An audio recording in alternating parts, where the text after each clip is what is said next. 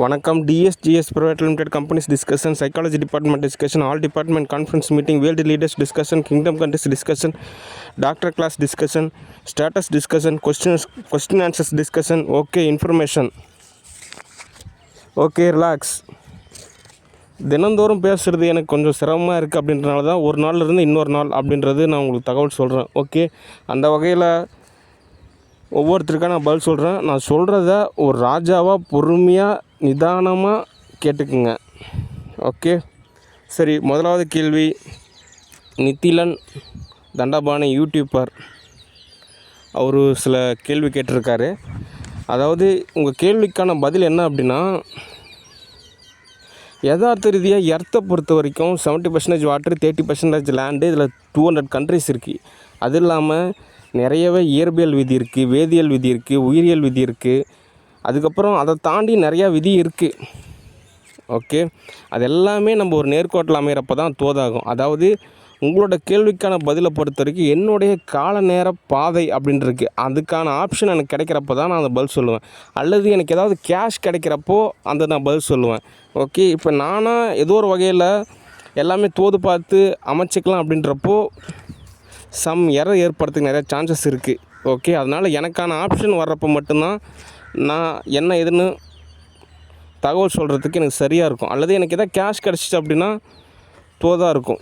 Okay, அதாவது இன்னும் உங்களுக்கு புரியுற மாதிரி சொன்னால், இப்போ ஒரு கோவிலுக்கு போகிறோம், நான் ஸ்பெஷல் தரிசனத்தில் போகிறேன் அப்படின்னா சீக்கிரமாக சாமி கும்பிட்டுட்டு வந்துடுவேன். அல்லது லைனில் போனால் நான் பொறுமையாக காத்திருந்து தான் சாமி தரிசனம் செய்யணும். ஓகே, அதே மாதிரி கான்செப்ட் தான். ஓகே, அதனால் என்ன தகவல் அப்படின்னா, திடீர் நிகழ்வு. அதை நான் தேவ் ஸ்பிரிச்சுவல் ஆன்சர் அப்படின்ற யூடியூப்பில் அப்லோட் பண்ணலாம் தான் நினச்சேன். ஆனால் என்ன எடிட்டிங் ஒர்க்கு அப்படின்றதெல்லாம் கொஞ்சம் கேஷு, எனக்கு நிறைய கோச்சிங் கிளாஸஸ் எல்லாம் இருக்கிறனால போதாகலை. அதனால் என்ன தகவல் சொல்கிறேன், யதார்த்த ரீதியாக இந்த இந்து மதத்தில் பொறுத்த வரைக்கும் பார்த்திங்கன்னு வச்சுங்க, எல்லாமே ஒரு திடீர் நிகழ்வு தான்.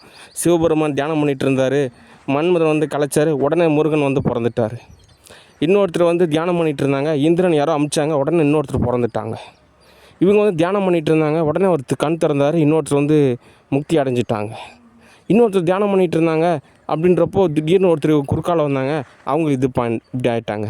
இப்படிலாம் நம்ம சொல்கிறோம். ஆனால் யதார்த்த ரீதியாக இப்போ இருக்கக்கூடிய காலநிலையிலேயே நம்ம ஒரு விஷயத்தை பல வகையில் திருத்தி சொல்கிறோம். அந்த சம்பவம்லாம் நடந்தது எப்போவே, அதை பல பேர் வந்து திருத்தி தான் சொல்லியிருக்காங்க.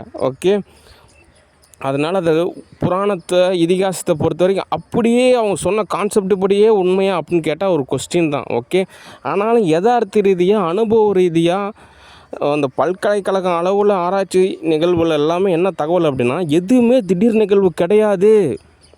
எல்லாமே பார்த்திங்கன்னா ஒரு படிப்படியான காத்திருப்பான திட்டமிடல் நிகழ்வு தான். ஓகே, இங்கே எதுவுமே திடீர் நிகழ்வு கிடையாது. இந்த சோப்பனாங்கி கூட திடீர்னு நம்ம ஏதோ ஒரு பட்டர்ஃப்ளை அட்டாக் செஞ்சு நம்ம ஏதோ ஒன்று பெனிஃபிட் அடைஞ்சிக்கலாம், திடீர்னு ஏதோ நுழைஞ்சிக்கலாம், திடீர்னு ஏதோ பண்ணி, அப்படிலாம் எதுவுமே நடக்காது.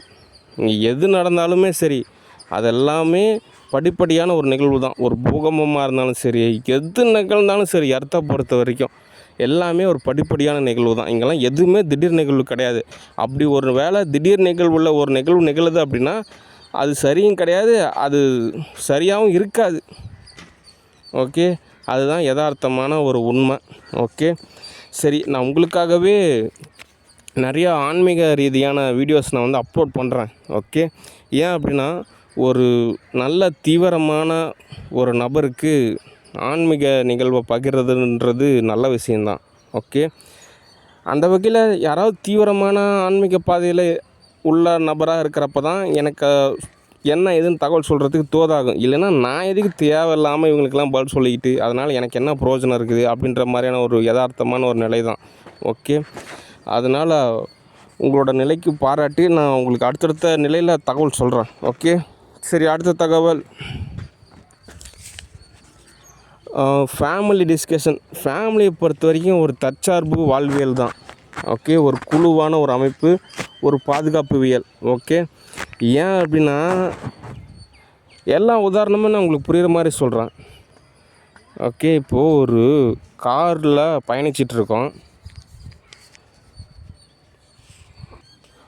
ஒரு ஆடு காரோட சக்கரத்தில் மாட்டிக்கிச்சு. அது தர தர தர தர தரன்னு இழுத்துக்கிட்டே போகணுமா. டக்குன்னு ஒரு இடத்துல பிரேக் அடிச்சுட்டு அந்த ஆட்டை வந்து விலக்கி விட்டுட்டு அது சரியாச்சுன்னா அது அப்படியே இது துரத்தி விட்டுட்டு அடுத்து நம்ம கார் எடுத்துகிட்டு போனால் கரெக்டாக இருக்கும். அதனால தான் இப்போ அடுத்தடுத்த கேள்விக்கு நான் பதில் சொல்லிகிட்டே போயிட்டே இருக்கலாம். கடைசியாக ஃபேமிலி பற்றி சொல்லலாம். எதுக்கு தர தர தரன்னு அவ்வளோ தூரம் இழுத்துட்டு போகணும்? கம்முன்னு அப்படியே கொஞ்சமாக நீங்கள் விலகிட்டு அதுக்கப்புறம் நம்ம கார் ஸ்டார்ட் பண்ணி போகிறதுன்றது நல்லது. அதனால தான் ஃபேமிலியை பொறுத்த வரைக்கும் தகவல் சொல்கிறேன். ஃபேமிலியை பொறுத்த வரைக்கும் என்ன தகவல் அப்படின்னா, யதார்த்த ரீதியாக எர்த்தை பொறுத்த வரைக்குமே சரி, ஃபேமிலி அப்படின்றதெல்லாம் அந்த காலத்தில் தான் அப்படி. இப்போலாம் காசு இருந்தால் தான் மரியாதை. ஓகே, அதுதான் விஷயம். ஓகே, அந்த நிலையில் எங்களோட நிலையில் அப்படின்றத விட என்னோட நிலையில் எனக்கு தோதான நபர் காவேரிப்பட்டினத்தில் இருக்கக்கூடிய எங்கள் அத்தை மகேஸ்வரியும் எங்கள் அத்தை பொண்ணு பத்மாவும் தான். ஓகே, அடுத்து திலகவதியை பொறுத்த வரைக்கும் நிறையா அங்கீகாரத்துக்காக ஏங்கி நிறைய விஷயத்தில் அவங்க ஒரு நிலையில் இருக்காங்க. ஆனால் அவங்க படிப்பறிவு கிடையாது, ஒரு அனுபவ ரீதியான ஒரு நிலை தான். அப்படின்றப்போ என்ன தகவல் அப்படின்னா, திலகவதி அவங்களோட நிலையை பொறுத்த வரைக்கும் எங்கள் சித்தப்பாவை பொறுத்த வரைக்கும் என்ன நிலை அப்படின்னா, அவங்க பொண்ணு ஒருத்தர் இருக்காங்க மம்தாஸ்ரீ, அவங்கள வேணால் நான் மேரேஜ் செஞ்சுக்கலான் இருக்கேன். ஓகே, அடுத்து இவங்களோட அக்கௌண்ட்ஸு, இவங்களுடைய டாக்குமெண்ட்ஸு, இவங்களோட பிஸ்னஸ் எல்லாமே நான் மேரேஜ் செஞ்சதுக்கப்புறம் தான் நான் பொறுப்பாக முடியும். ஓகே, இப்போவே இவங்க யார் யாருக்கோ காசு கொடுத்தாலோ அல்லது இவங்க எதாவது போய் தொழில் பண்ணாலோ இவங்க எதாவது டாக்குமெண்ட்ஸ் எல்லாம் ரெடி பண்ணாலும் அதுக்கு நான் பொறுப்பு கிடையாது. ஓகே, ஏன் அப்படின்னா மேரேஜ் ஆனதுக்கப்புறம் தான் நான் வந்து பார்த்திங்கன்னா மாப்பிள்ளை, அதுக்கப்புறம் தான் எனக்கு முழு அதிகாரம் இருக்குது. அதுக்கப்புறம் தான் நான் வந்துட்டு என்ன எதுன்னு கன்சல்ட் பண்ண முடியும், உங்களுக்கு என்ன அமைச்சு கொடுக்க முடியும். இப்போதைக்கு பொறுத்த வரைக்கும் பார்த்திங்கன்னா நீங்கள் தான் நிர்வகிக்கணும். அதனால் நீங்கள் யார்கிட்ட காசு கொடுத்தீங்கன்னா அது உங்களோட விஷயம். என்னையெல்லாம் நீங்கள் நோண்டக்கூடாது. ஓகே, கேரக்டர் ஸ்கெட்சஸை டேமேஜ் பண்ணக்கூடாது, வயிற்றை பிடிச்செல்லாம் இழுக்கக்கூடாது. ஓகே, வேலை பொழப்பு இல்லாமல் நான் அவ்வளோ ஒர்க் அவுட் பண்ணுறேன், எவ்வளவோ செலவு பண்ணுறேன். ஓகே, அதனால் என்னெல்லாம் டேமேஜ் பண்ணக்கூடாது. ஓகே, அடுத்து நானாக தோதாகிறப்ப கூப்பிடுவேன். ஓகே, சரி, அடுத்த தகவல் ஸ்டூடியோ பொறுத்த வரைக்கும் என்ன தகவல் அப்படின்னா, இப்போ நான் சம்பாரித்த தொகை எல்லாமே ஸ்டூடியோவில் தான் இருக்குது. அதாவது நான் ஆரம்பத்துலேருந்து உங்களுக்கு ஒவ்வொரு கிளாஸாக சொல்கிறத விட ஆல்ரெடி நம்ம நிறையா கிளாஸ் நான் உங்களுக்கு சொல்லியிருக்கேன். அதனால் நம்ம அடுத்தடுத்த நிலையில் நீங்கள் டக்குன்னு புரிஞ்சுக்கணும். ஓகே, அதனால் ஸ்டூடியோ பொறுத்த வரைக்கும் தான் நிறையா காசு சம்பாரிச்சு வச்சுருக்கேன். ஆனால் ஸ்டூடியோவில் இருக்கிறீங்கன்னா நிஜத்தில் வந்து பார்த்திங்கன்னா ரொம்ப சாஃப்ட்டு, ரொம்ப மென்மையானவங்க. அந்த அளவுக்கு அவங்க இருக்கிறனால தான் எதுவுமே தோதாக மாட்டேங்குது. அவங்களும் ஒரு யதார்த்த ரீதியான ஒரு மனித நிலையில் அந்த தொழிலெலாம் செய்கிறாங்கள, லேத்து பட்டற, அப்புறம் இந்த வாஷிங் பட்டற, அதுக்கப்புறம் இந்த கார்மெண்ட்ஸு, இந்த டெக்ஸ்டைல், எப்படி நிறையா பிஸ்னஸ் பண்ணுறாங்க. அந்த மாதிரி மனுஷங்க மாதிரி இந்த ஸ்டூடியோவில் இருக்கிறவங்களும் மாறினா தான் இவங்க 4 இடத்துக்கு போவாங்க வருவாங்க. அப்போ தான் காசு செலவு பண்ணுவாங்க, இவங்களும் நிறையா காசு சம்பாதிப்பாங்க. அப்போ தான் வாழ்வியில் ஆரம்பிக்கும். இவங்க ரொம்ப சாஃப்டாக இருக்கிறனால எதுவுமே தோதாக மாட்டேங்குது. அதனாலேயே என்ன ஆகுனா, எனக்கு ஃபேமிலியெல்லாம் அவ்வளோவா சப்போர்ட் பண்ண மாட்டாங்க. இந்த பைத்தியக்காரனுக்கு நான் எவ்வளோ தான் தோது செஞ்சு கொடுத்தாலுமே அவனுக்கு திரும்ப எனக்கு ஆதரவே தரமாட்டான். அது கடந்து தான் போகணும், வேறு ஆப்ஷனே கிடையாது. இந்த கரப்பாம்பூச்சி நான் எவ்வளோ ரெடி பண்ணேன், அவனும் ஒரு சாப்பிட்டு தான். இவன் எங்கேயோ ஒரு பன்னிக்குட்டி கூட்டிகிட்டு வந்துட்டான். அது தரித்திரமாக இருக்குது. ஏதோ அவன்லாம் எவ்வளோ சம்பாதிச்சாலுமே நம்ம ஒரு 500 1000 ஒரு 3000 4000 காசு கேட்டால் கூட எனக்கு அந்த டியூ இருக்குது, இந்த டியூ இருக்குது, அப்படி வேணும்னே சொல்கிறான். யாராருக்கோ ரிஸ்க் எடுக்கிறான், எவ்வளவோ காசு வாங்கி கொடுக்குறான். கூட பிறந்த அண்ணன், இத்தனைக்கும் இவனுக்கு ஆசிரமத்தில் கோடியாக செலவு செஞ்சு இவனுக்கு எல்லா விஷயம் தோது செஞ்சு கொடுக்குறான். இவ்வளோ வசதி இவனுக்கு செஞ்சு கொடுத்துமே எனக்கு காசு தர மாட்டேங்கிறான். இதற்கு என்ன காரணம் அப்படின்னா, அவன் கூட்டிகிட்டு வந்த ஒரு பன்னிக்குட்டி தான் காரணம்.